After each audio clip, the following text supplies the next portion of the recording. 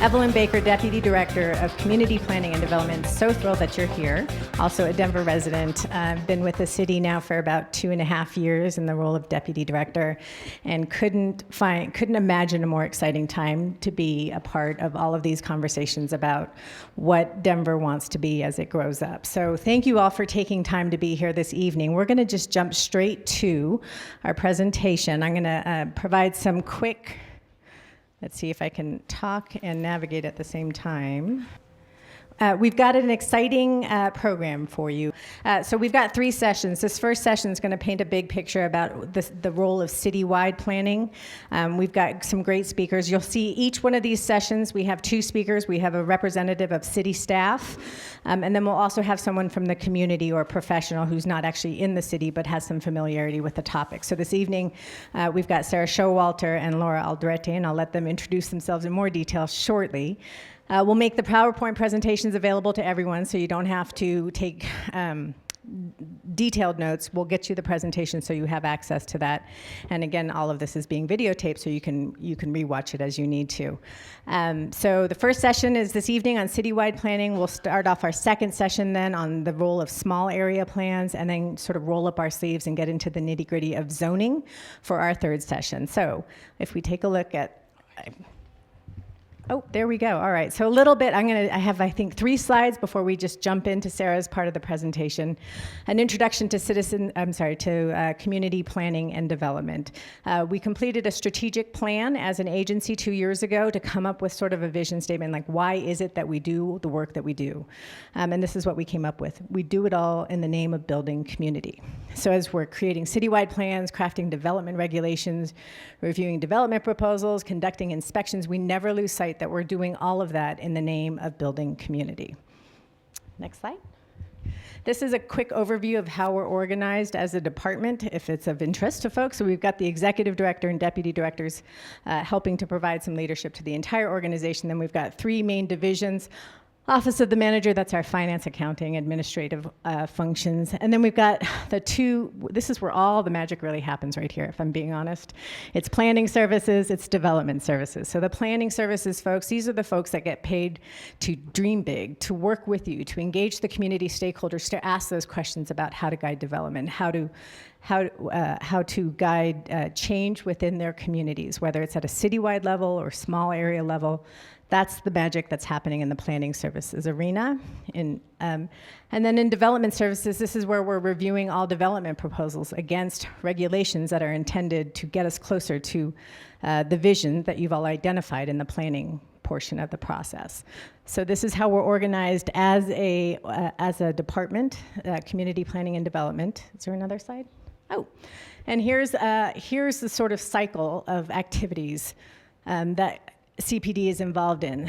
So I spend a lot of time when I'm speaking to community groups and describing what it is that CPD does, I spend a lot of time making a funneling motion with my hands, which is hard to do when I have a microphone, but it looks a little like this, right? So we start with big picture stuff, plans and partnerships. Again, this is the planning services folks. They go out to the community, engage community stakeholders to ask the question of what is the vision for this place? And then we capture that vision in our plans, whether it's a citywide plan or a small area plan.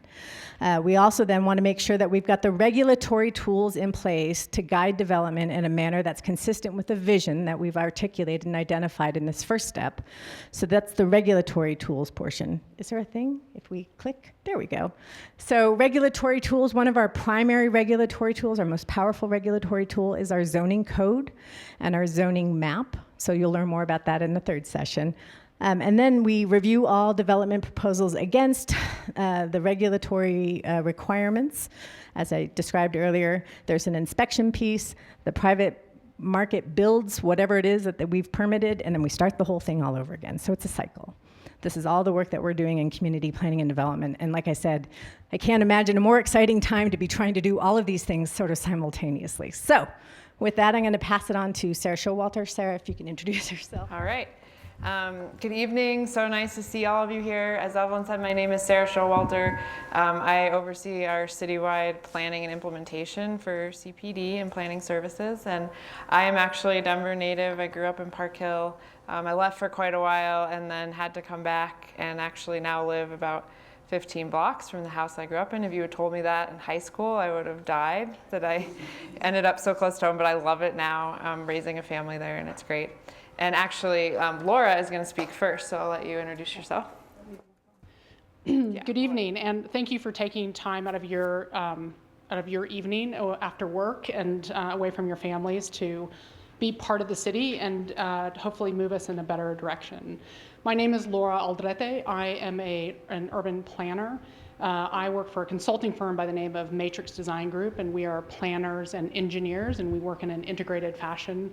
And we work both for the city and county of Denver. We have a project we're just starting up in Globeville called Washington Street, looking at the cross-section. We also work for private land developers. We're working on Broadway Station, so don't boo me, or you can cheer me. We think it's a great opportunity for that part of Denver. Just to name some of the projects that we're working on. I think, I'm not sure if I have you beat, but I live about a mile from my mom, where my mom grew up in Highlands, which was called North Denver at one point. And so also raising a family and just feel very fortunate that we have the opportunity to continue to live in this city. So in terms of explaining what citywide planning is, I think what's easiest for me is to tell you a little bit of my story about how I came to urban planning. And I came to it because I was first an archaeologist, and I have a master's degree in I have a degree in anthropology and a master's degree in Latin American studies, as well as urban planning.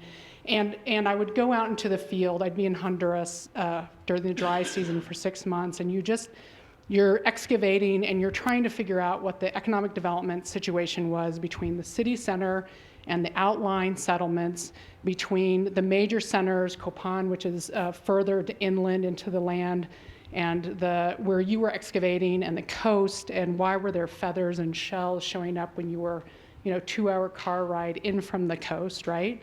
And why were you seeing really nice ceramics in this kind of a not quite tier 1 city? But the tier 1 city ceramics were showing up at your site, and you're trying to figure out how these people were all working together. And the only problem is that everybody is dead, and you couldn't affect change, right? It was just, might make a report at the end of the year, and it would go into the library in Tegucigalpa, and that was it. And you come back the next year and you do the same thing.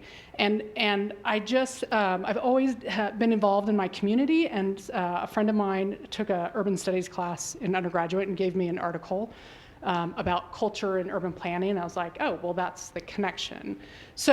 So I think about cities like I think about archaeology and the growth and the birth of cities and how they have evolved over centuries and millennia.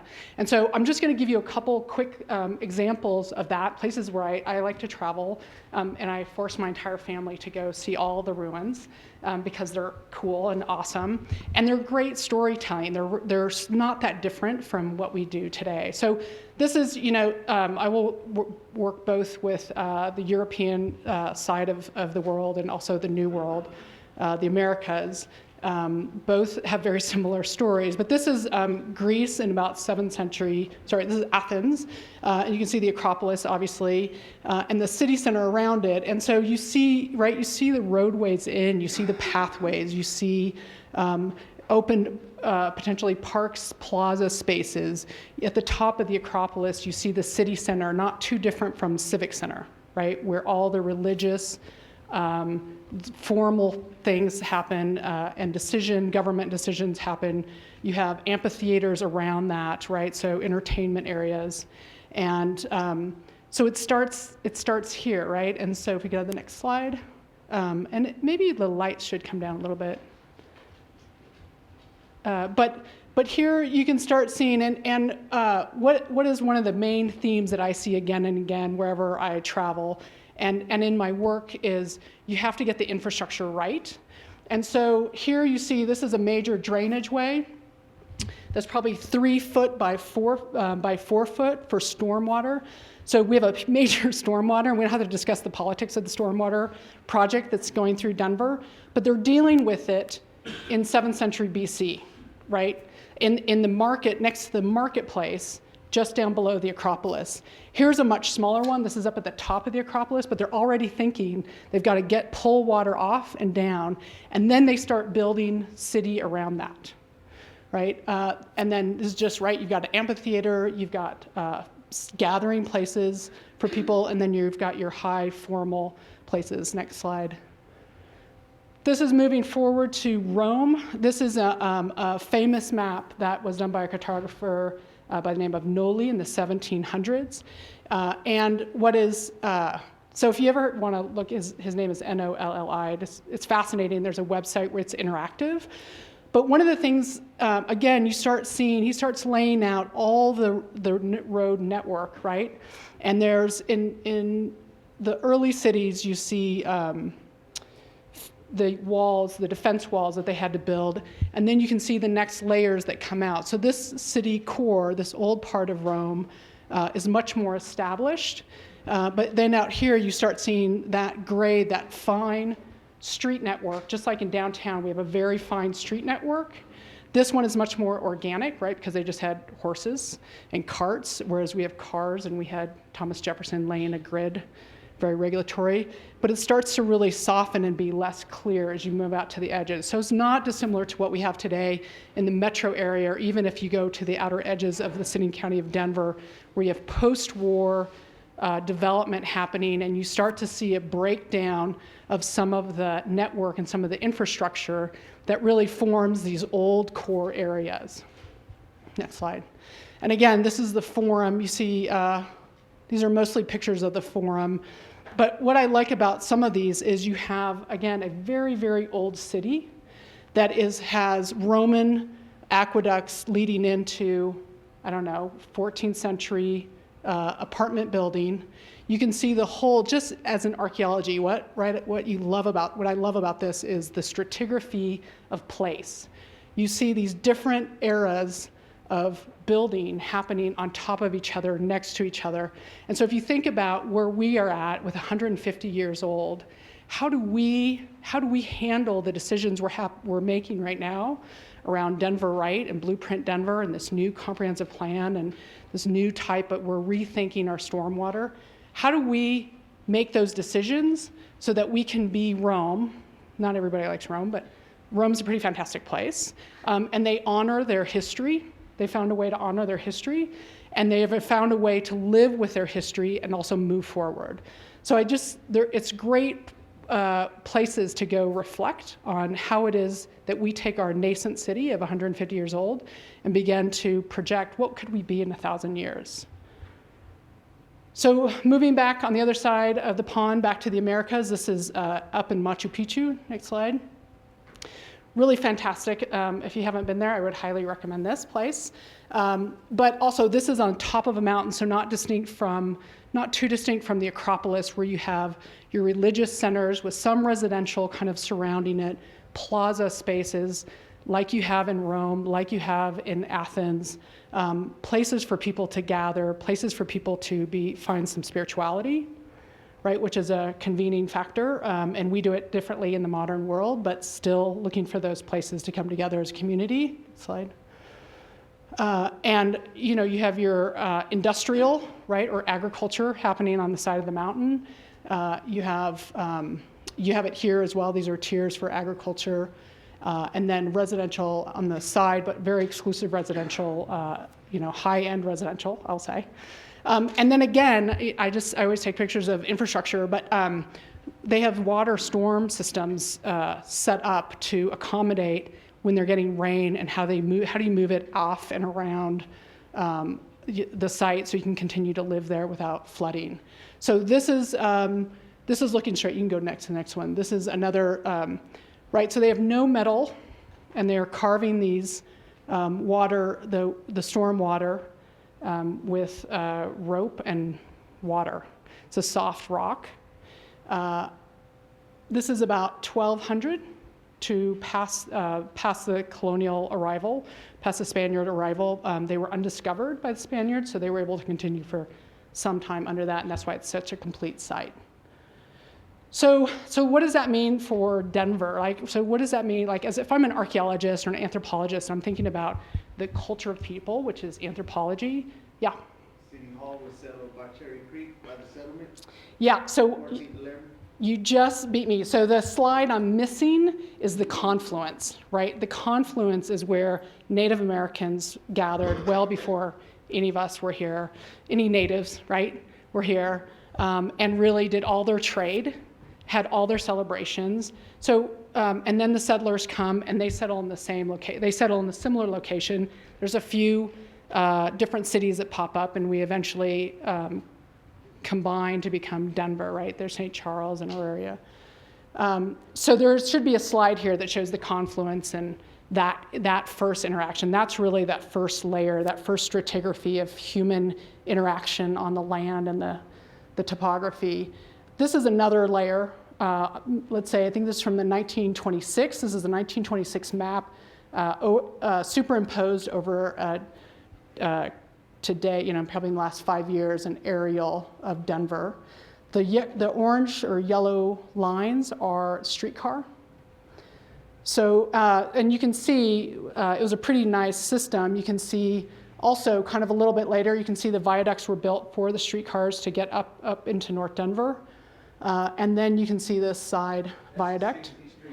That is it. That is the old post office, which is now the EPA building. This building is still here. Yeah, Union Station is right back here. This is now where the fountains are, down by Union Station. So we go to the next slide. Just to think about how we are moving, what's that next stratigraphy, right? As a city, this box in the center is the equivalent of what I just showed you on the previous, where we had the streetcar map. So if you think about infrastructure, and infrastructure has to be the base of how you began laying out your city. All that infrastructure for streetcar fit inside that little box. And today, just as a comparison, we are trying to fit that infrastructure in this huge region. So when you wonder about why it's so expensive to build trains and make transit systems and build highways, it's because our whole city center has exploded.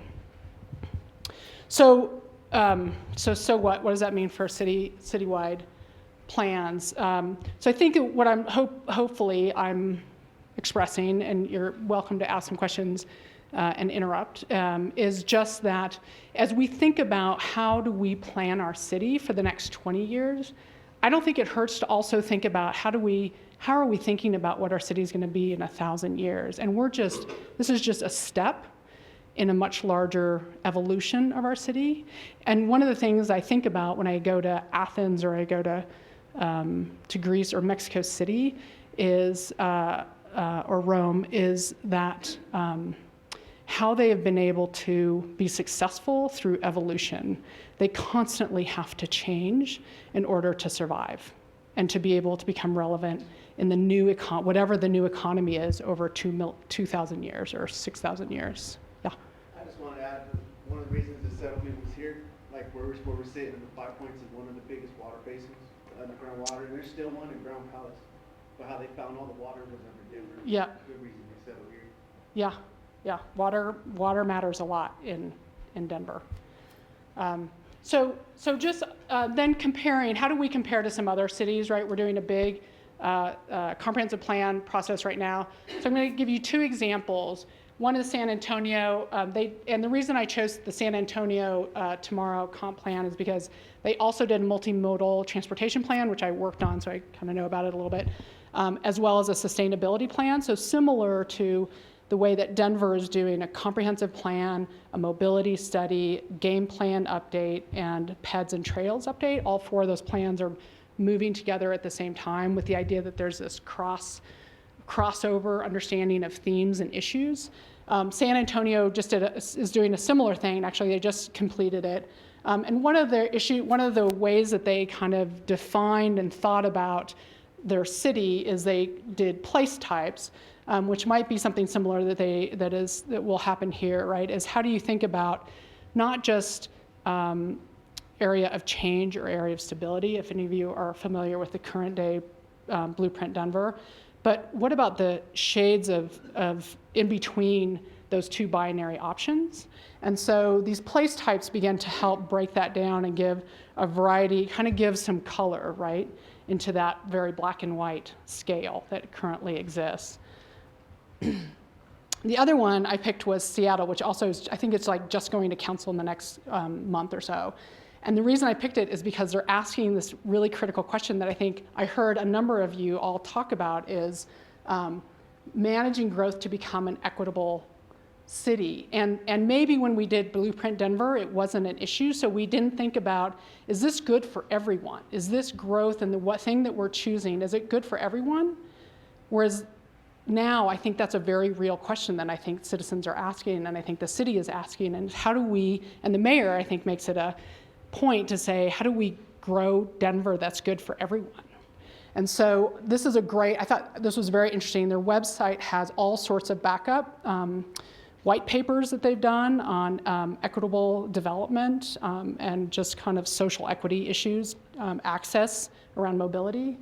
So they've just done a couple, they've broken it out in different types of sections for their city, but I think it's also very comparable because they just have an incoming population. There are people who want to be in Seattle and they're moving there whether there are jobs or not, which is very similar to Denver. So I would encourage you in all your spare time to look up both these plans. I thought they were great comp plans that they're at their completion, but they're very, very fresh. All right. I think. Oh, you don't need it. Thank you, Laura. I'm going to start talking about citywide plans in Denver now. You got to see great examples of thinking about history of great cities and then some of what our peer cities are doing with Laura. Now I'm going to talk about what we're doing here in Denver. So I wanted to start with the plans that we currently have that address citywide policy and kind of treat Denver as a whole, as opposed to when we say citywide plans and really trying to get at is, at the next session, like Evelyn mentioned, you'll hear about different types of small area plans, neighborhood plans, corridor studies, those kinds of things that get into a more specific geography. What I'll be talking about tonight is really all the documents we have that think about Denver as a whole. So as we think about those documents, we kind of have a spectrum starting at the top of the most high level, really about goals and values and policy type plans, and the most high level of them all is our comp plan, which was adopted in 2000. It's really interesting. A lot of the themes in there, I think partially because they are pretty big picture, are still very relevant to Denver today. So equity, something Laura was just mentioning, is in there as a common theme.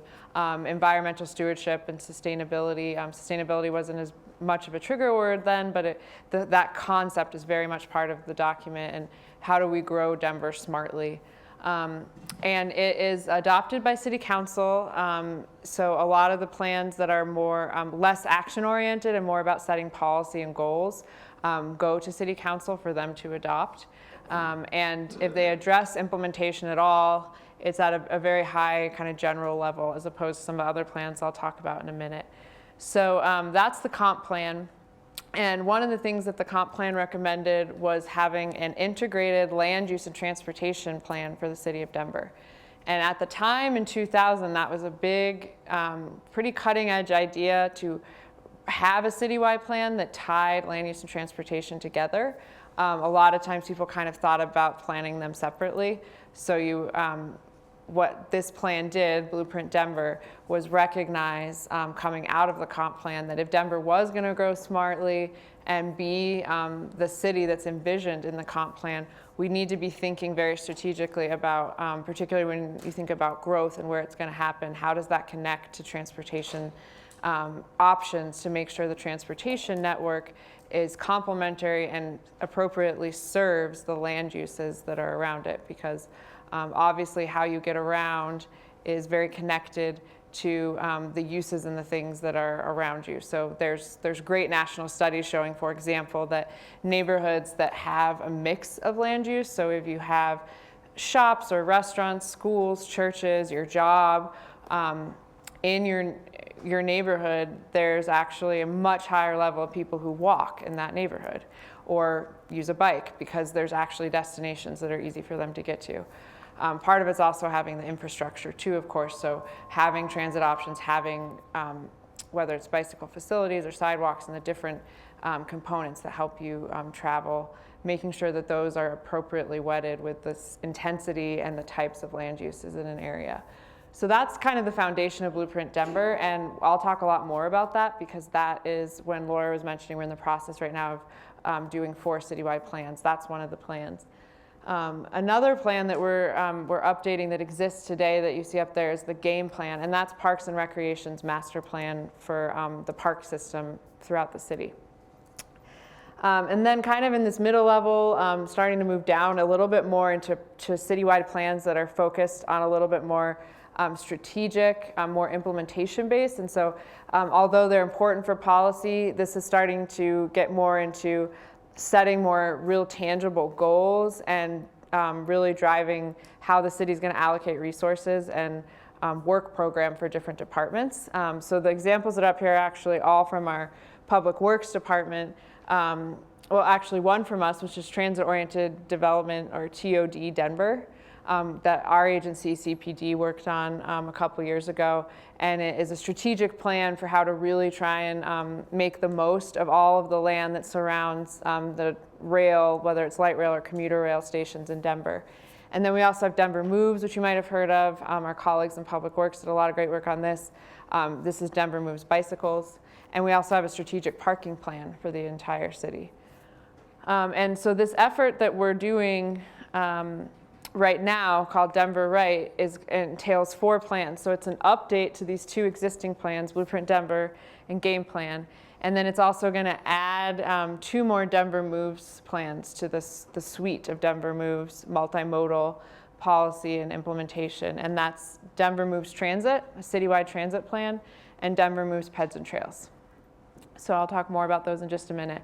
So all 4 of these plans are happening together. They have a lot of themes and elements that overlap, and so we thought it would make sense to do them together in a coordinated effort. And a large part of that is thinking about how we engage with the community, because you, the people of Denver who live and work here every day, are the most important voice to shaping what goes into these plans. And we recognize that most people in Denver don't think about your experience of the city in these different city departments. Like, oh, that's something that CPD deals with, and oh, that's the traffic lights, so that's Public Works, and that's the park, so that goes to park. You know, you're experiencing your neighborhood as a whole and the city as a whole, and not necessarily in these different compartments. And we also were recognizing the possibility for just meeting fatigue, you know, having all these public plans happening at the same time in community meetings. So we've tried as much as we can to bring them together under this one umbrella of Denver Right. So thinking of them all together with this combined kind of holistic approach, we're looking at a community-driven process that will really identify the city of Denver's values and desires and how you want to see the city evolve for the next 20 to 25 years. And it's really going to combine some very long-term vision, you know, thinking some of the things that Laura was just talking about, what is going to make Denver successful, not just 20 to 25 years from now, but even 100 or 1,000 years, but also thinking about near-term action and how we start to put into place some of those bigger goals. So we'll be thinking about both aspects through this process. And I don't think it would surprise you all to hear that we think it's a great time to be updating a lot of these major citywide plans that really shape how Denver is getting built out, because we are growing like crazy. And it's interesting, we've just started through the blueprint process looking back at Denver's growth over time. And there really is only one other time in Denver's past that we were, in terms of percent change, that we were growing as quickly as we did in the past 2 years, which was in the 1940s, when we were really kind of urbanizing and becoming a major city. So the growth that we're experiencing really is unprecedented in a lot of ways. And the Blueprint Denver, while it was great for its time, it was adopted in 2002, it's 15 years old, the city's evolved and changed a lot. We really think it's time to refresh it. And some of the other plans, like the transit plan, it's the first time we'll ever have one of those. We think it's really time to engage the city on that topic. And this is just kind of a quick graphic of what the 4 different plans represent in terms of content. So Starting in the bottom left for you all is Blueprint Denver, which is land use and transportation. So it sets kind of higher level policy goals for both of those aspects. And then you have Game Plan, which I mentioned before is Parks and Recreation, the Denver Moves Transit Plan, and then Denver Moves Peds and Trails. So really quickly, what's in each of those plans? Blueprint Denver kind of already touched on the concept of this integration between land use and transportation and what it does. And the good news is we have a great foundation for the blueprint update we're working on now in this document. We have it available online if anybody's interested and hasn't looked at it before. It's a great kind of starting point to really understand what the next blueprint might be like. But of course, the whole reason we're doing this is to bring new ideas and refresh, and we're definitely not planning on, for example, just kind of taking everything and copying it into the new document. Like, we'll definitely be revisiting some of the major concepts and using community input to make sure that the new blueprint really reflects where Denver is today. And then we have the Parks Department leading the Game Plan, Parks Master Plan. One of the big things that they'll really be working with is the way they talk about is kind of challenges, which is because Denver is growing so much, the strain on our park system is just getting greater and greater, and they have a lot of challenges when it comes to funding. We're actually one of the few cities, I think maybe the only city close to it in the metro area, and certainly also one of the few, when you think of peer cities similar in size to us, that does not have a steady funding mechanism for creating new open space. So a lot of cities have impact fees, they're often called, where they'll, as new development comes in, they're charged a fee that then goes towards allocating new open space. We don't have that in Denver, so a lot of the parks money that is there is just going to maintaining what we have. And obviously, as we're having more and more residents, a big issue for Game Plan will be how do they prioritize the limited dollars that they have. And then the transit plan, this is really exciting. I think everybody in here probably knows that RTD, who provides all the transit in the region, is a regional entity. They have a board that's elected regionally, and their focus is very much on moving people from, kind of, when you look at that system that Laura had up earlier, it's the spokes all kind of coming into Denver, and when it comes to rail and kind of that higher frequency transit. So this plan is an opportunity to have a conversation about what Denver, just the city of Denver, might be able to do, and what our goals would be for high frequency, higher quality transit within our own borders. RTD is very involved in the plan and are very supportive of us doing it. We don't know exactly what it will lead to in terms of implementation. Other cities, like for example, just here with RTD, Boulder actually buys additional service from RTD because they wanted more than what RTD would just otherwise provide as a regional entity. And then there's other cities that are our size that have started their own transit authorities and own and operate their own transit systems. So this plan will be the beginning of kind of working within Denver on what we think the right solution might be for our growing transit needs. And then finally, Peds and Trails. This is really taking a 2005 master plan for pedestrians and updating it and integrating it with a older bicycle plan for the trails component to really address the infrastructure needs for pedestrians in particular, because we already have a Denver Moves bicycles throughout the city. So some of you probably live in neighborhoods that either don't have a sidewalk, or if you do have a sidewalk, it's very narrow and attached right to the street without kind of that buffer or amenity zone that has street trees to separate you from the street. And a lot of those sidewalks are so narrow that you can't get a sidewalk. They don't meet ADA. And it's a real challenge. We hear a lot from citizens. We want this to be a walkable city, but in a lot of places we don't have the infrastructure to support that. And again, a lot of it comes down to dollars and funding. You may also know that the policy right now for just maintaining sidewalks, let alone building new ones, is on the adjacent private property owners. So we don't have a system right now in the city to be either building new sidewalks or even maintaining the ones we have with our own dollars. So that's a big issue that will be addressed through this plan. So that's the 4 plans. I'm going to focus for the rest of the evening, and our activity tonight will have a lot to do with Blueprint Denver, because of those 4 plans, that is the one that CPD is leading. It is the plan that is really about how Denver is going to grow and evolve over the next 20 to 25 years. You know, what is our vision for thinking about everywhere from downtown to the neighborhoods that are furthest out? How will people be living and getting around? And we'll start, as I mentioned, with what's in the current document, which has, wanted to highlight, it has 4 key strategies. One is to direct growth into areas of change. I'll talk about that a little bit more in a minute. Another is to preserve the great stable neighborhoods that make Denver so desirable. A third is, the last year related a little more to transportation. So multimodal streets, and really trying, Blueprint Denver was actually one of the first, I think it is the first plan we have in Denver that starts talking about goals about moving people instead of just moving cars, and really thinking about how to evolve a transportation system that recognizes how we move the most people, which is not always by moving the most number of cars. And then innovative transit. So at the time this plan was being written, we didn't have fast tracks yet, but it was being talked about and very much on the horizon.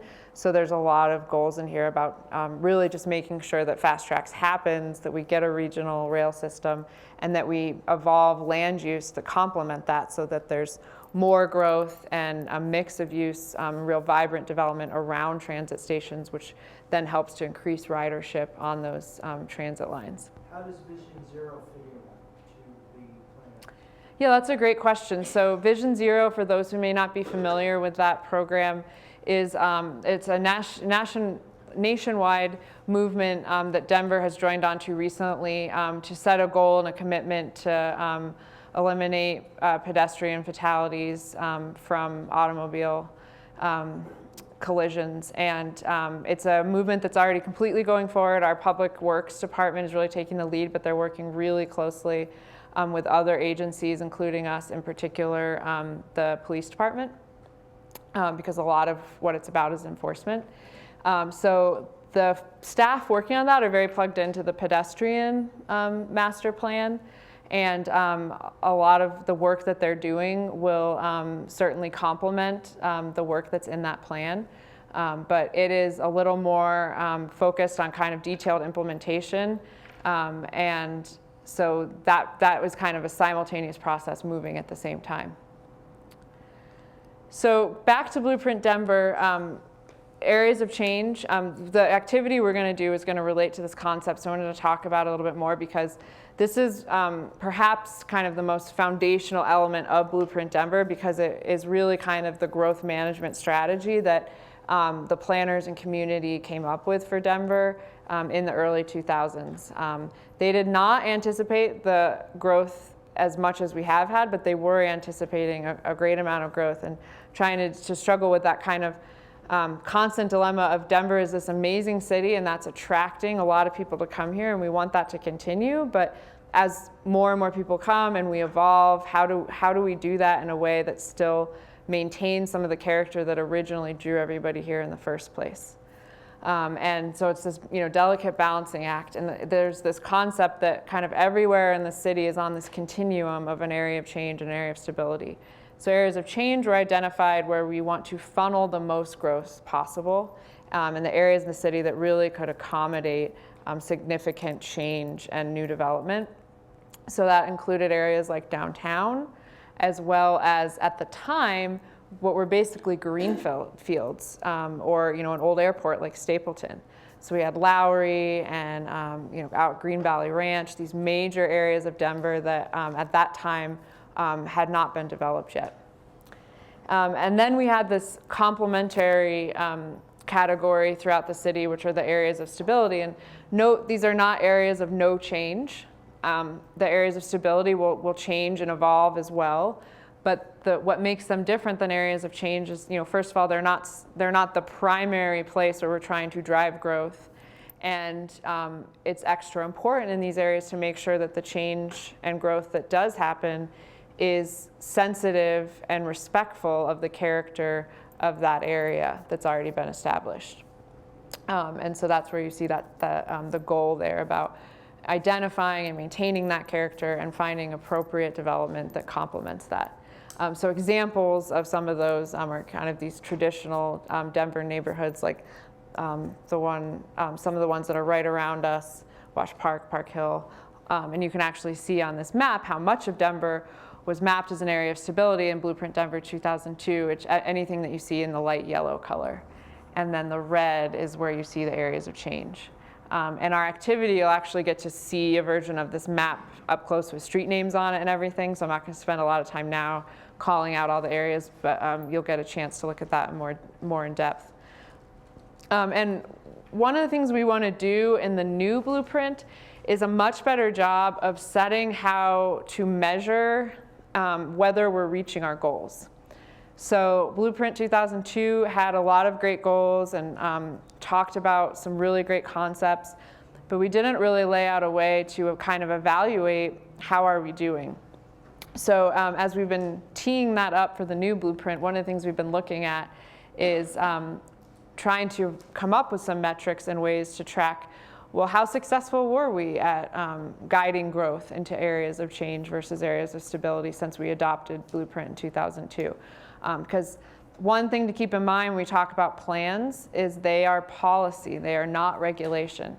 So that map that I just showed you, unless we have zoning on the ground and transportation policy and transit being built out, and economic development policies with our partners in the Office of Economic Development, et cetera, if we don't have all those different implementation factors happening, it's very hard to achieve a map that looks like this and meet our goals, because the plan itself is the starting point and it sets great policy guidance, but it doesn't have teeth, it doesn't have the regulation and kind of the more detailed policy to make ideas actually come to fruition.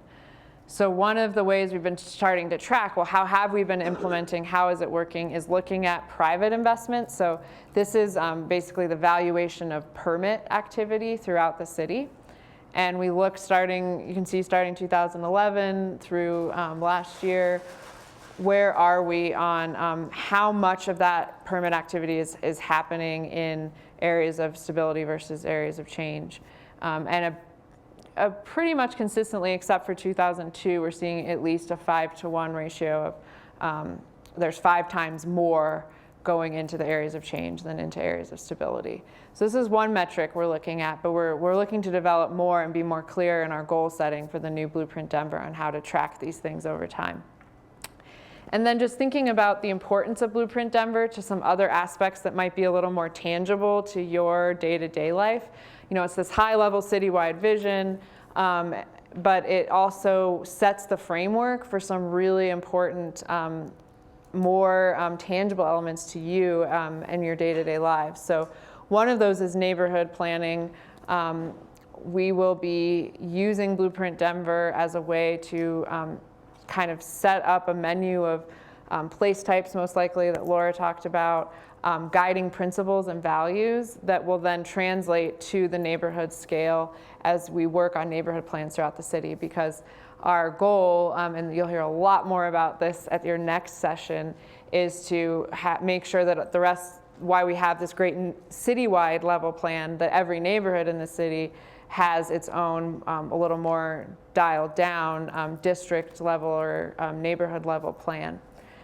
So Blueprint Denver will help set the framework for how that looks so that those plans can be consistent and draw from some common themes. It also will establish land use and street typologies throughout the city that again will show up hopefully in our neighborhood plans. And then really shape policies that start getting into the actual implementation I mentioned earlier. And a big one is our zoning code. So if you're active in your neighborhood, I'm sure you've run into rezonings or things happening in your neighborhood that relate to zoning, which basically dictates what people can do on their private property, and obviously is a huge way that we have influence over the mix of uses being built, the scale of buildings that are being built, and those kinds of things. And Blueprint Denver helps set the policy for the zoning code that we have today. And then please go visit our website. We have a newsletter you can sign up for, tons of information about each plan, including links to historic documents for the plans that already exist, and we're just updating. We also have a lot of surveys online that we'll be using throughout the process. So we want you to come to meetings, please do that, and you can do the surveys on top of that. But for folks who might not be able to make it to meetings, or that's just not the way they want to engage, they don't have time to come to us, these surveys are a huge way we're trying to provide another opportunity to give input. So right now we have 5 surveys up, and they all relate to visioning and values and kind of big picture thinking about what you want Denver to be like 20 to 25 years from now. In the future, we'll have surveys that are much more specific. For Blueprint Denver, for example, we'll start mapping areas of change and areas of stability, and you will be able to see draft maps of that and put comments through the surveys. Yeah. Hi. Can you talk a little bit, I know this is a little bit off subject, but I got an email from Wayne New, and it looks like they're breaking the neighborhoods into bigger groups, like a neighborhood east. Can you talk a little bit quickly about what the goal is and why they're doing that? I would love to, but I'm going to ask you, if you don't mind, to wait until your next session is on neighborhood planning, and that will be very much part of the presentation, is the thinking behind why we're grouping some neighborhoods together into bigger clusters. Most of our peer cities actually do that. San Antonio, that was up there before, as they're implementing their comp plan, is doing that. Philadelphia.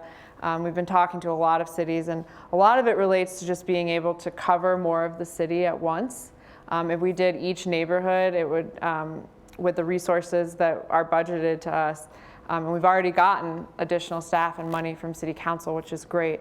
But even with that, I'm not on the neighborhood planning team, so I can remember the exact number, but I think it's around like 60 years or something to give every neighborhood an updated plan. Because there are a lot of neighborhoods in Denver right now that have never had a neighborhood plan.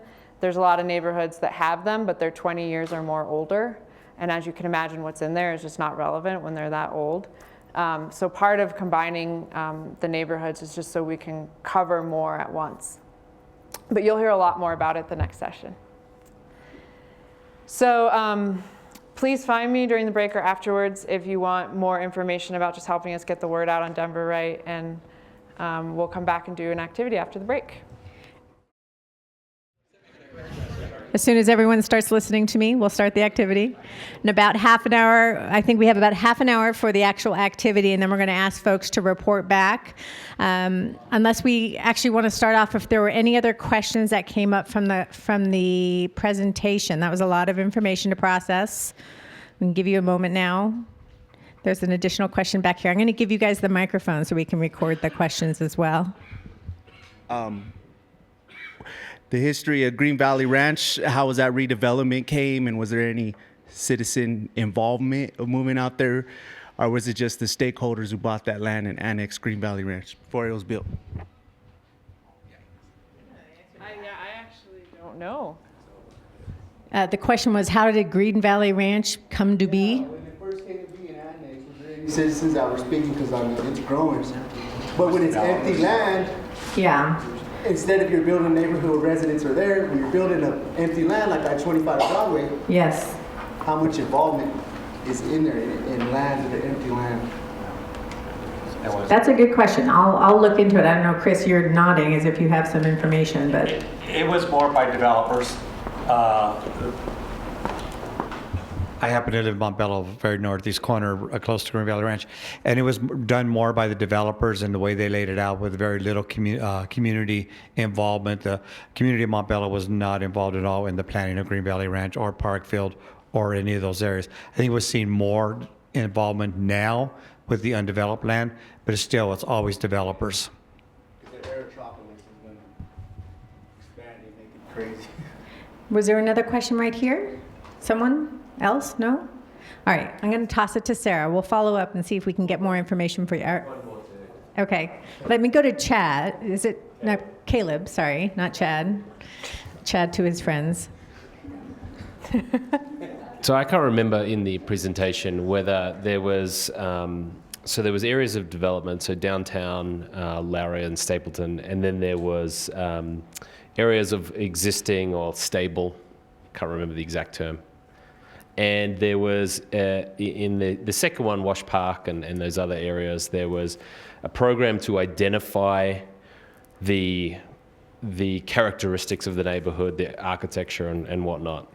In those newly developed areas, so that the high growth and downtown and Lowry and Stapleton, is there an idea around creating a architectural style and basically a characteristic? Because I feel like, this is a personal opinion, that it's ill-defined. Mm-hmm. Yeah, it's a great question. So it depends on the area. Some areas have what we call design standards and guidelines, which is a layer that gets more detailed than a zoning code. Zoning is really more just kind of about an envelope that a building can go in, but it doesn't really get to the character and architectural quality. And we use design standards and guidelines to do that. So some redeveloping areas have design standards and guidelines, some don't. So it really depends on the area that you're in. Can I ask, just to add on to that, is that different from or the same as the overlay concept? It's different. It's similar. So a design overlay is a tool that is in the zoning code. And what it gets more to is kind of tweaking the underlying zoning for a special area that needs something more than what just kind of our standard zone districts offer. But it doesn't really add kind of that level of the architectural quality and character. And one of the things that comes to design standards and guidelines is also how they're administered. So in some areas of our city, like Cherry Creek North, there's a design advisory board, which is a group appointed by the mayor that has all different kinds of expertise. A lot of it's designers, but also people who build buildings and lease buildings that review new projects. Other design standards and guidelines can be administered by staff, but they add a process or a step in the development process beyond just zoning. Redevelopments in the past have been affected by noise pollution, like Lincoln Park and Park Hill from Stapleton. How are you addressing redevelopments within traffic safety, crime and safety, and medical marijuana? Because the biggest areas prone to change are the most medical marijuana facilities. Yeah, those are really interesting, important topics. We're not really dealing with kind of specific neighborhood redevelopment projects, right? So everything we're talking about is kind of just higher level policy. The Blueprint Denver 2002, medical marijuana and now recreational marijuana didn't even exist as a concept, right? So it may come up in this process and if it does, it'd be more kind of higher level city policy about or other safety concerns that you mentioned about giving direction to update the regulations we already have on those things. So as you probably know, for example, for the marijuana, City Council's already adopted regulation to make sure that they're spaced far enough from each other and from schools and things like that. So for now, those rules would just stay in place. It's possible through this process that we would get policy guidance to tweak them. Yeah. All right, should we go into the activity? Oh, sorry. So in looking at this map of area of change and area of stability, I mean, I've had a concern for years that, at least for some parts of the city, with the exception of empty land that was the airport, very much of these areas of change were put in areas that were historically socioeconomically lower income Black or brown communities, where people didn't have the voice to fight back, and almost like there was a value judgment. I mean, why should a low-income neighborhood be targeted as an area of change where your more affluent neighborhoods have not been? And what And then these are very much the neighborhoods that are being decimated through predatory development, without, with some disregard to the history and community that's there. And is there anything that will be done to reevaluate what neighborhoods you're identifying for areas of change in the criteria to include them or not include them? Yeah, I think that's a great point. So every plan, each of the 4 plans under Denver Right has a task force of about 30 folks that represent a lot of different voices in Denver that are particularly relevant to the content of that plan. And the Blueprint Denver Task Force just had a meeting last week where they started talking about, we're not yet to solutions or where we're headed on areas of change and area stability in the new plan, but just starting with identifying what's working and not working with the current concepts. And this issue of equity was a big theme that came up that you mentioned. And from the few planners that we know who were around when they did Blueprint 2002, that certainly was not part of the process consciously to end up with the result where you might have more areas of change in some of those more lower income areas. But certainly a lot of people have noticed that is the result, and there's a strong desire to be more equitable in how we think about allocating the growth. So I can't tell you exactly how it's going to play out, but I'd encourage you to come to our meetings, take our surveys, and get those comments into the process. But know that it's already on the radar of a lot of people that are involved. I think it's a great point. Oh, another question.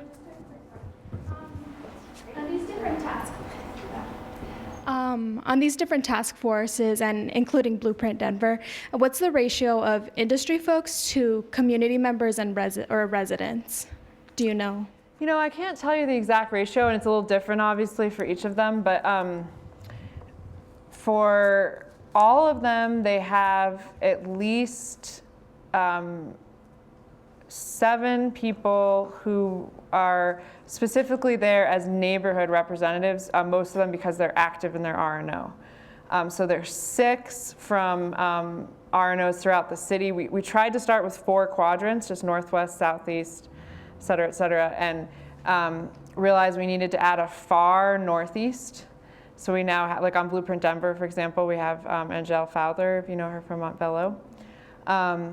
And so we have far northeast and then northeast, and we also added central because it's kind of its own quadrant. So we have 6 quadrants or sectants.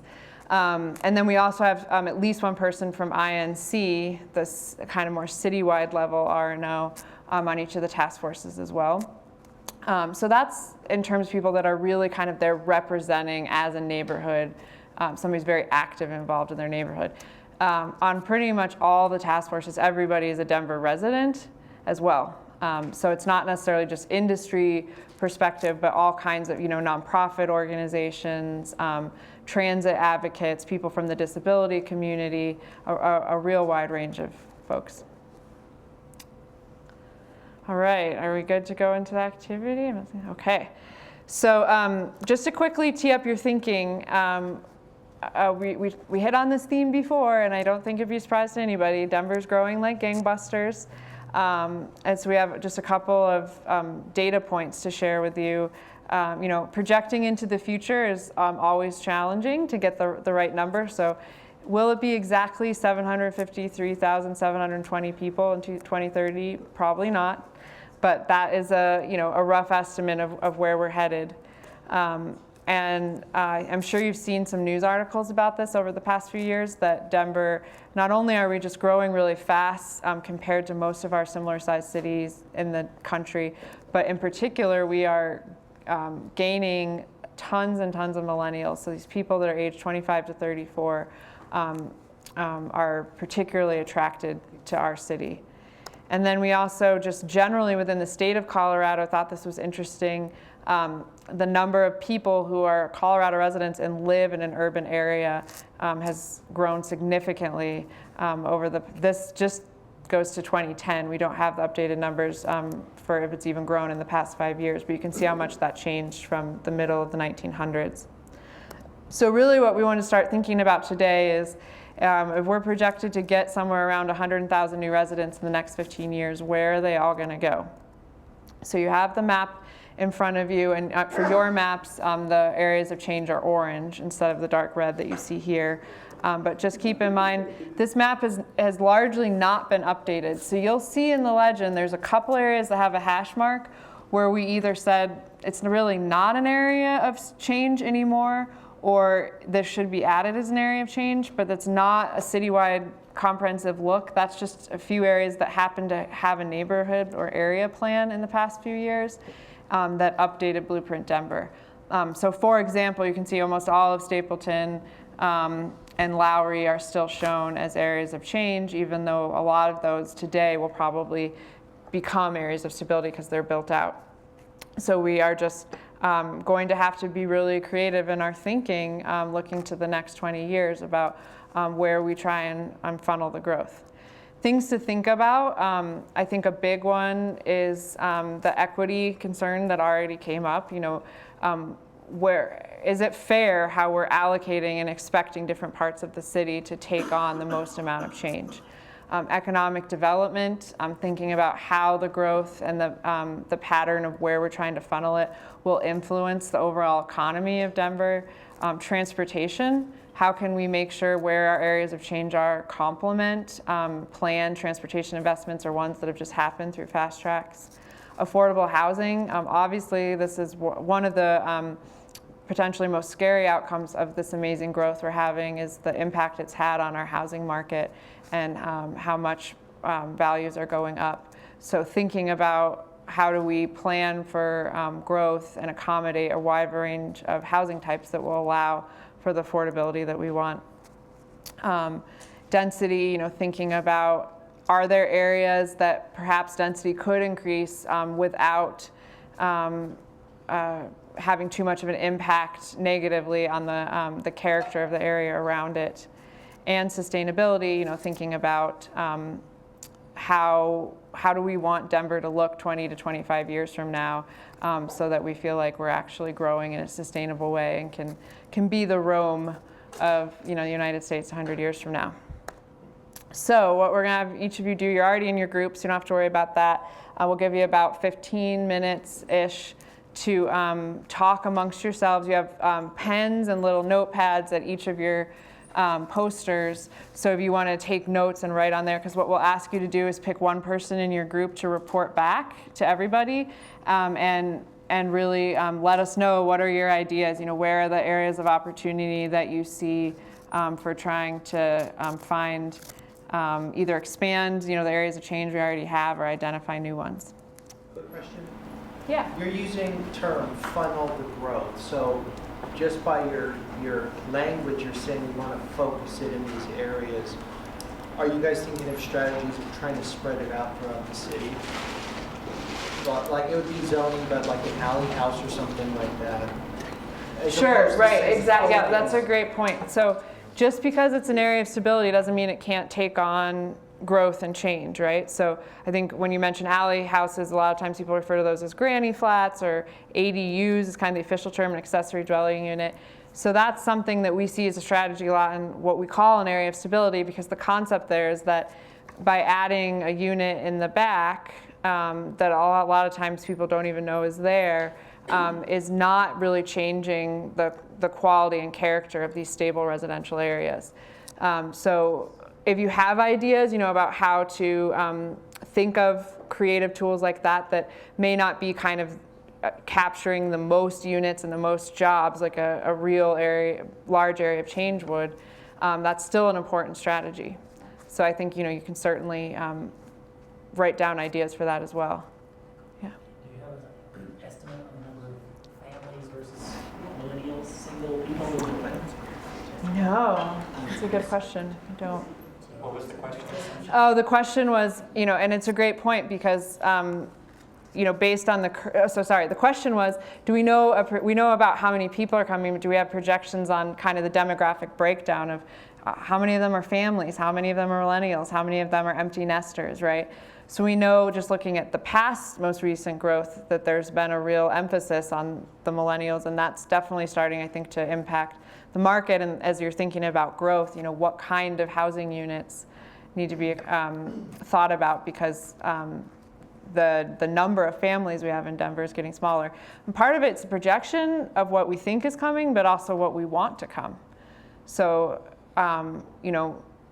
we would like, hopefully, to have policy to influence to make sure that we have housing options that are attractive, maybe not, but to a wide range of people. So maybe we've been drawing more millennials, but we want to make sure we're growing in a way that also attracts families or other demographic groups. So, yeah. Yes, I was wondering, we've seen a lot in the paper lately about developments that include no parking, because the developers say that the people that live there will walk or use bicycles only, and millennials don't care to own a car anyway. And I had to think millennials might get around to wanting a car eventually. I was wondering, is there any sort of cap on those kind of developments without parking now or considered for the future? There is now. So the most of what you see in the papers is about development happening on very small lots. There's lots that are 6,250 square feet or less, which is basically your standard depth of 125 feet by 50-foot width, that have exemption from parking requirements. So other than that, in the downtown also doesn't have any minimum requirements in the zoning code. Everywhere else already has requirements for off-street parking on site provided by the development. So it's actually a very small percentage of the property in Denver that concept is in play for right now. Yeah. I just want to throw out a thought experiment. It occurs to me, with all this talk of millennials, that by the time some sort of implementation of this planning process actually happens, millennials won't be millennials anymore. They'll be aging millennials, which will have a whole different character. And so we have to be thinking in terms of flexibility. We can't basically lock down the kinds of people that are coming to Denver and think that what we build in 20 years is going to work for the millennials that are coming today. Yeah. Those of us that are here are going to be in senior housing. Yep. I mean, right. We've been looking around. There isn't too much senior housing in Denver. Yeah. Well, and to the point earlier, what about all the youth that are here today that might want to, that they'll become the millennials of today, and they're a whole new cohort. So they could have totally different demands. And I would encourage you to think very broadly about all the different people that are already in Denver and want to stay here, and the different types of people we might want to attract, for sure. An interesting thing today on the news, the accident in New Jersey, and that shut down transportation in every direction. And so that is something that we need to consider, because light rail, if it stops at one point, we have nothing else around it to pick up that slack. Mm-hmm. Well, it sounds like folks have a lot of things that, ideas that are popping up as we have this conversation. What I'd like to do is encourage you to start having some of those conversations with your small groups, and certainly take notes and report back as part of the exercise at the end of this, just so that we can actually get to the exercise. If you have a question that we haven't answered by the time we're done with reporting out, we'll have another opportunity to have that conversation.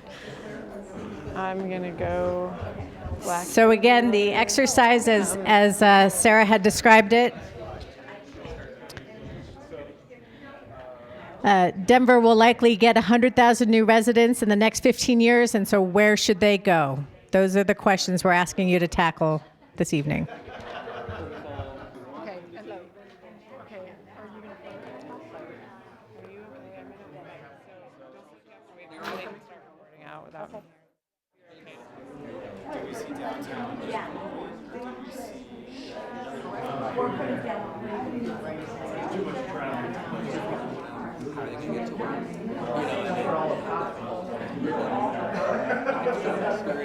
This is still close to Denver. It's walkable. That way.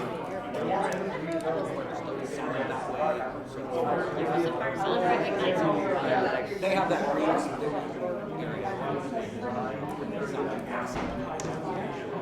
I think one of them, but along, like you said, along the whole corridor, because even I take the stage getting off of the central. Okay, we're going to do the board out. Sorry to interrupt you guys. Make sure you have somebody at each of your tables who's willing to give a little summary. Can you guys go first? All right. Yeah, that way they'll be able to hear you. Okay. So one thing we talked about was where people are going to work and live. And we think as the city center kind of moves out, the business districts, we kind of pictured people are probably going to want to end up working down near like where the stock show is, and that's already kind of been planned, but that's going to end up moving east. So we just kind of see everything kind of rushing up along I-70, and I think we learned about the, what was it, the lane of opportunity or some corridor. So apparently it's not a new idea here, but we kind of see, the business districts are going to eventually kind of have to move east with the residential. So residential end up east just because it'll be more affordable, and then the business districts will kind of come out from downtown and move east, kind of following that. So we mentioned this, the kind of where the National Western Stock Show is, already a plan there. So we kind of saw a more business district in Stapleton with more residential down near Green Valley. A few points we kind of brought up, and then we kind of see all that moving out there. One thing I mentioned is I live in Northwest Denver, which used to be a suburb, and now we consider ourselves urban. And it was a funny thought to be, suddenly we're not, Green Valley will not be considered a suburb. A couple points that we had was actually living out near the airport, was putting higher density living out there because, well, eventually when we get out there, because it's going to be higher density, more short-term kind of living as people kind of want to get away from the airport. So it might actually protect some sort of living areas. Another things we mentioned were prioritizing arts districts as people get kind of pushed out of Santa Fe and put into those areas. And kind of focusing on high density even as we move further east. Shared parks, it was hearing that the park systems don't have a whole lot of money was kind of an issue I think we need to deal with. And destination venues. Armando mentioned how we need like a Space Needle or something like out in those areas where people are kind of be excited to go out and visit and live in those areas. So basically living east and commuting into the city down 70 and with the train. So cool.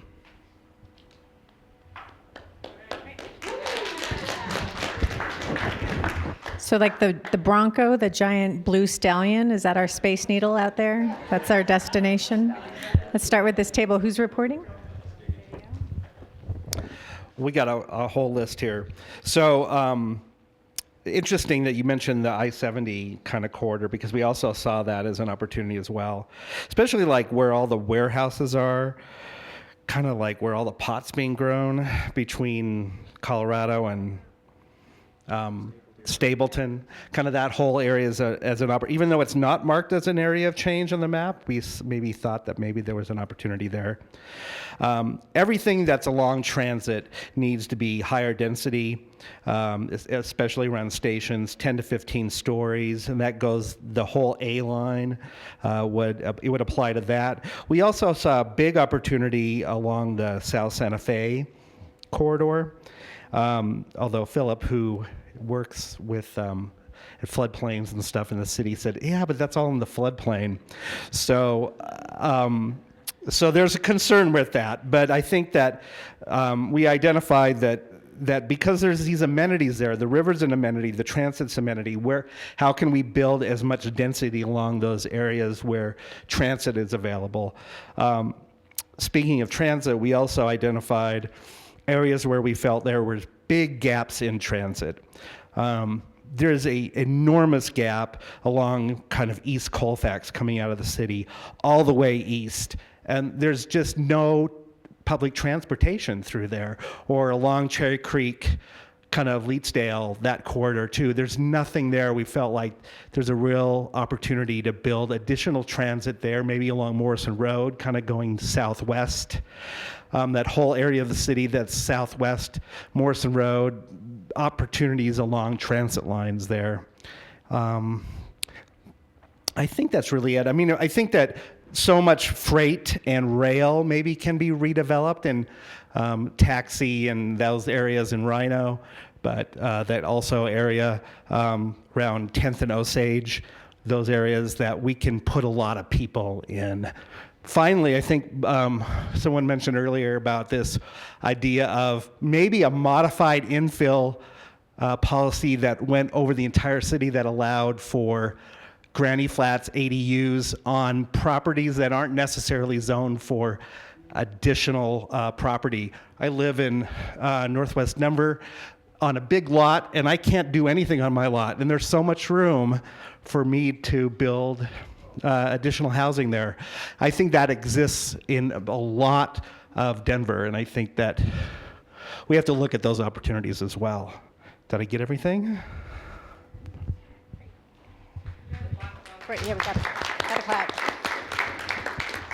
Right, so this is building on that idea of maybe not just our strategy for accommodating the 100,000, maybe not just being a focused strategy of like intense density in certain areas, but also sort of spreading it out a little bit with these modest infill sort of strategies as well in our existing residential neighborhoods. Well, we talked a lot, and I don't know if we focused so much on answering the question. So at the end, we tried to synthesize a few things, but it was pretty wide-ranging talk. The things that do answer the question of where to put people could be encapsulated in make it all yellow, looking at your map there. And among the things that make people not want to make it all yellow are the quality of construction that people are seeing is not up to the standards that people would like to see in their neighborhoods. And so there's this rejection of new construction merely because of the kinds of things that are being constructed. There's I think that the idea of areas of stability is based on fear of what could happen if it weren't stable. And so my concept stemming from that would be to address the fear, find ways to mitigate the things that people are afraid of. And one of the big ones is transit. The light rail network that's on the map there doesn't really have the capacity to fix our transit problem. It's not enough to just building a whole lot of new multi-family buildings right along transit isn't going to really work because there's not enough capacity for enough people to get out of their cars, and cars are a big part of the fear that people have about their areas of stability if there were to be more density there. If it all becomes yellow, then there's going to be a lot more people, and everyone thinks that's going to be a lot more cars. So I think microtransit, driverless cars, all these tech ideas that we don't know how they're going to pan out have some potential, but Denver probably, as we've already heard, needs to directly address the transit question outside of the frameworks that RTD puts on it. What else should I say? Because we really covered a lot of ground, but I don't want to leave anything out. The quality of the construction. I started out with that. Are we meaning to say if it all becomes yellow and becomes stability, or all becomes red and becomes stability? I think the idea is that the distinction between area of change and area of stability is pretty artificial, and it's in my mind, maybe not all of my compatriots here, it's a fear-based planning process, which we ought to look at it from the other side, opportunity-based, and how to mitigate the things people are afraid of. So. The map's on the table, the area of change is more of a yellow color. Yeah, it comes from the color on the map, which maybe you weren't looking at. Oh, yeah, that's so.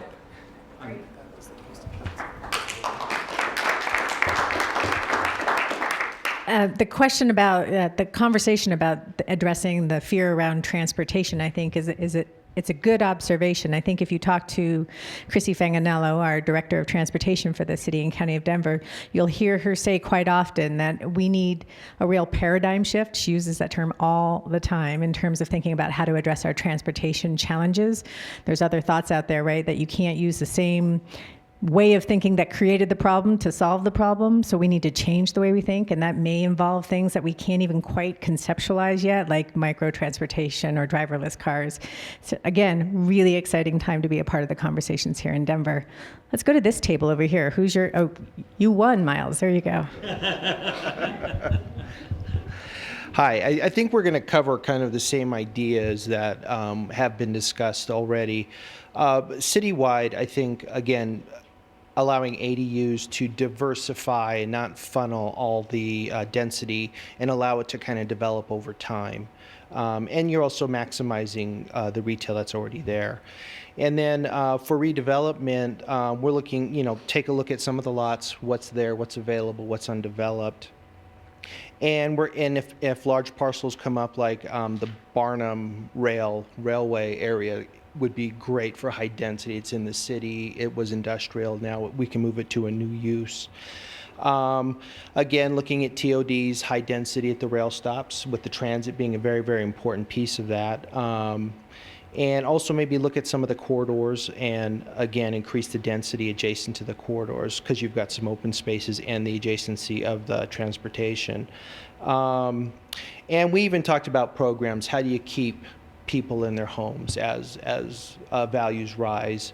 And what are some strategies to help people do that? Also, with the high density, we're also talking about Green Valley Ranch, and they don't have grocery stores. So high density in certain areas by trail stops could help with that, bringing in the services that would allow those grocery stores to be more economical and make the investment in the area. And developments like Arapahoe Square, they passed new design guidelines, and they don't require parking. They're parking lots now. They'll probably put parking in, but it's a great use. It's in the city. Let's do high density there, adjacent to downtown. So it's kind of like looking at the low-hanging fruit and maybe giving some incentives. And then there was talk about the Performing Arts Center, redeveloping it, putting a mixture of commercial with public money to actually build it with condominiums. And some students actually said, they were looking at Spear Boulevard, and they said, why don't we push Spear Boulevard to one side and then open the Performing Arts Center to the river and create more open space? And an expensive infrastructure change, but maybe that's the right way to think about it. So, and maybe with, again, the technology and the cars, the roads will become available. We'll need less roads. We can have more open space, and we can start tying everything together. So it could be definitely a long-range plan. And the Aeropolis, if you want to live by the airport, we've got land, go for it. Transit, and I think the key with the density is people want to live someplace that's walkable, pedestrian friendly, and have amenities. So in looking at the uses, I think the mixed use is great. Have retail on the ground floor, bring interest restaurants, allow people to be able to walk around and have things for them to look at that they'll want to live in the area. Again, pedestrian friendly.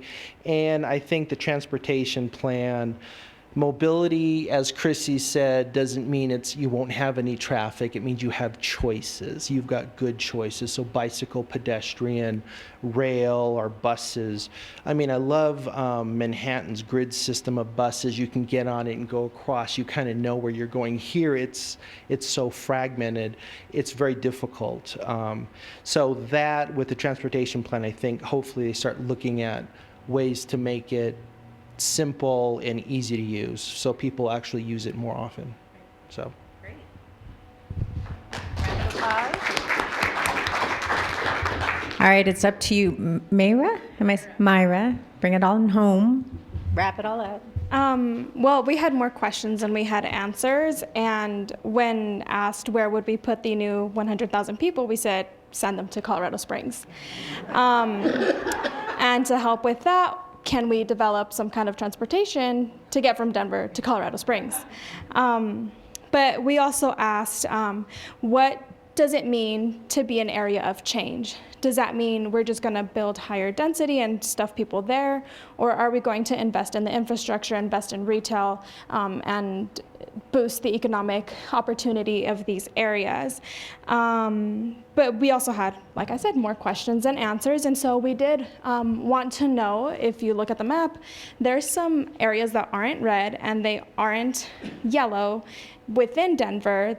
Little islands over there by Colorado and Hampton, those unincorporated areas. How do those happen, and how do we get them back?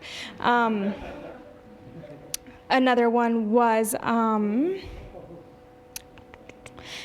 of course, we need space and infrastructure for the stormwater. There are a lot of areas in Denver that every time we get a storm, they flood. And so possibly turning all of this red and really investing in infrastructure so that our neighborhoods aren't flooding every time we get a little rain. But we did pinpoint a couple areas that could be areas of change. One of them being the Holly and 29th area in Park Hill. They have a small little area that could be developed and some monies to go in there for some economic development to help that area. The CDOT area in Glendale, so that Leetsdale little island there, and the smaller area closer to Hampton. Yeah, I think that was it. So which table, be honest now, it's a safe space, which table recommended accommodating change down in Colorado Springs or Aurora? No? You all found a way to, they're pointing at you all, just so you know, this table is. So one of the things that we hope that you that gleaned from this exercise is the complexity of the issues. There's no clear-cut, easy, straightforward, oh, obviously it all goes here kind of solution. So it's a nuanced conversation where we're balancing all sorts of different interests, different concerns, and so it's important that you contribute to those conversations. We hope that you'll be able to take one of these flyers related to the Denver Right events coming up next week. There's, again, extra flyers at the back to share with friends and families and neighbors. So that's a great opportunity to continue this conversation that you started this evening. Thank you, everybody, for taking your time this evening to be with us, and look forward to reading your feedback. We do appreciate your honesty. It does make a difference. Thanks so much. Good night.